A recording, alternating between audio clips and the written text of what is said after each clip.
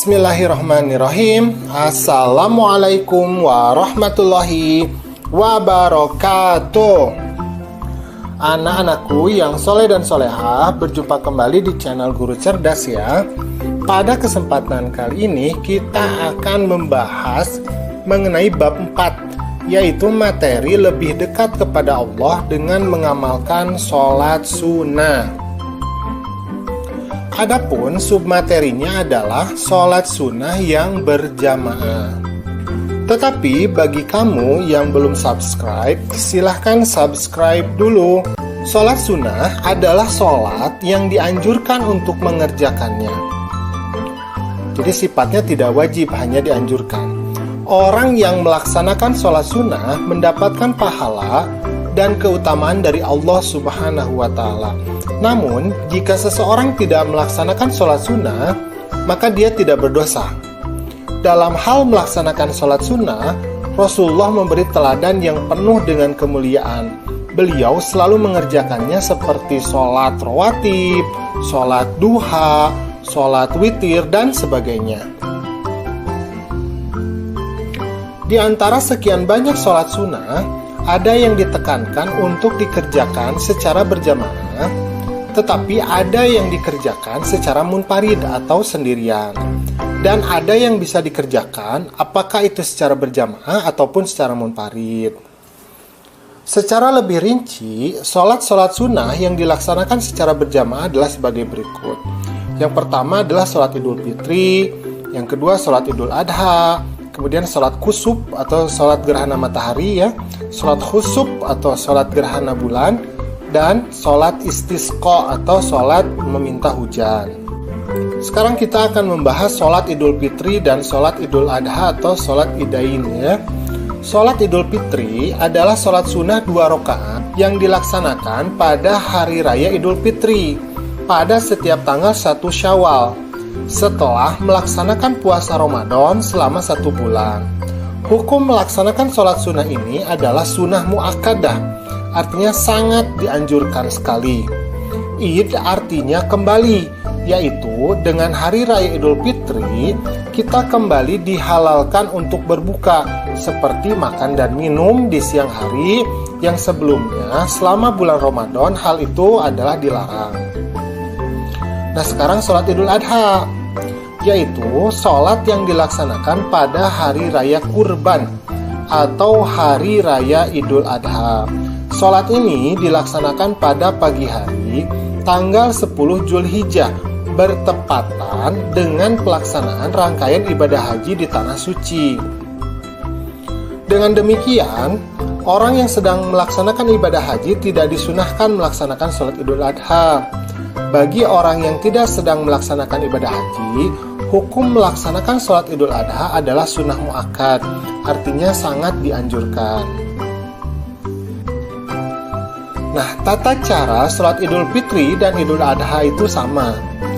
Yang berbeda itu hanya di niatnya saja, yaitu 1. Pada rakaat pertama, melakukan takbir 7 kali setelah membaca doa iftitah. Bacaan yang dibaca di sela-sela takbir adalah Subhanallah, walhamdulillah, wala ilaha illallah, wallahu akbar. Itu bacaannya ya.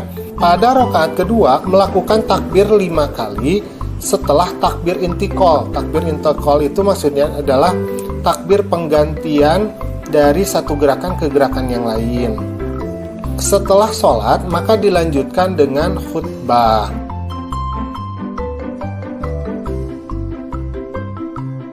Nah, sekarang kita akan berbicara tentang sholat kusuf dan khusuf. Sholat sunnah kusuf atau kusufus syams adalah sholat sunnah yang dilaksanakan ketika terjadi gerhana matahari. Hukum melaksanakan sholat ini adalah sunnah muakkad. Waktu pelaksanaan sholat kusuf adalah mulai terjadinya gerhana matahari sampai matahari kembali tampak utuh seperti semula. Ketika gerhana sudah mulai terjadi, maka jamaah berkumpul di masjid. Salah satu dari jamaah tersebut menjadi muazin untuk menyerukan panggilan sholat. Nah, sholat gerhana ini dilaksanakan dengan berjamaah dan dipimpin oleh seorang imam. Sedangkan sholat sunnah khusuf atau khusuful qamar adalah sholat sunnah yang dilaksanakan ketika terjadi peristiwa gerhana bulan. Hukum melaksanakan sholat ini adalah sunnah muakkad. Sedangkan waktu sholat gerhana bulan yaitu mulai terjadinya gerhana bulan sampai bulan tampak utuh kembali.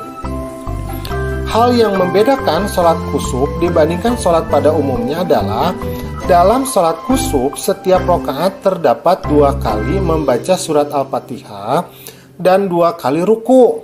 Sehingga dalam 2 rakaat sholat khusuf dan khusuf terdapat 4 kali membaca surat Al-Fatihah, 4 kali ruku, dan 4 kali sujud.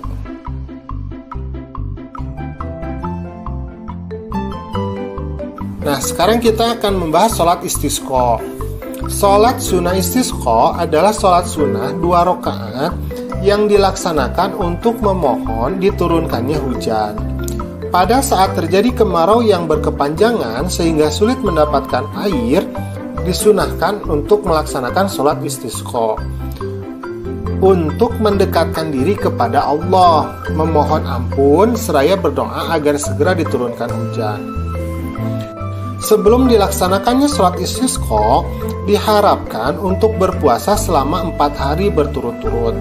Selanjutnya, bertaubat kepada Allah dari segala kesalahan dan dosa, serta menghentikan segala bentuk perbuatan maksiat, serakah, dan merusak lingkungan. Pada hari keempat, semua anggota masyarakat muslim pergi ke tanah lapang yang akan dipakai untuk melaksanakan sholat istisqa.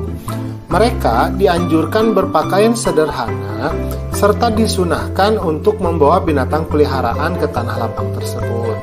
Di sepanjang jalan, masyarakat dianjurkan juga untuk banyak beristighfar. Sesampainya ke tanah lapang sambil menunggu pelaksanaan sholat, dianjurkan untuk berzikir kepada Allah Subhanahu wa Ta'ala. Nah, adapun tata cara melaksanakan sholat istisqa adalah sebagai berikut. 1. Setelah semua bersiap untuk sholat, muazin tidak perlu mengumandangkan azan dan iqamah. Cukup dengan seruan as-sholatul jami'ah. Yang kedua, sholat sunnah ini dilaksanakan seperti sholat sunnah yang lainnya. Jadi setelah membaca surat Al-Fatihah, dilanjutkan membaca surah-surah yang panjang. Nah, jadi setelah membaca Al-Fatihah, dianjurkannya membaca surat-surat yang panjang. Yang ketiga, setelah salam, khatib membaca 2 khutbah. Pada khutbah yang pertama dimulai dengan membaca istighfar 9 kali, dan yang kedua, khutbah yang keduanya dimulai dengan membaca istighfar 7 kali. Nah, alhamdulillah pembelajaran kita hari ini sudah selesai. Silahkan nanti disimak kembali pembahasannya, karena ini agak panjang ya, supaya kamu betul-betul paham materi yang disampaikan. Bagi kamu yang memerlukan catatan, boleh dilihat di deskripsi. Kemudian bagi yang ingin mengetahui materi sebelum dan sesudah materi yang ini, silahkan lihat di playlist. Terima kasih sudah menyimak. Assalamualaikum.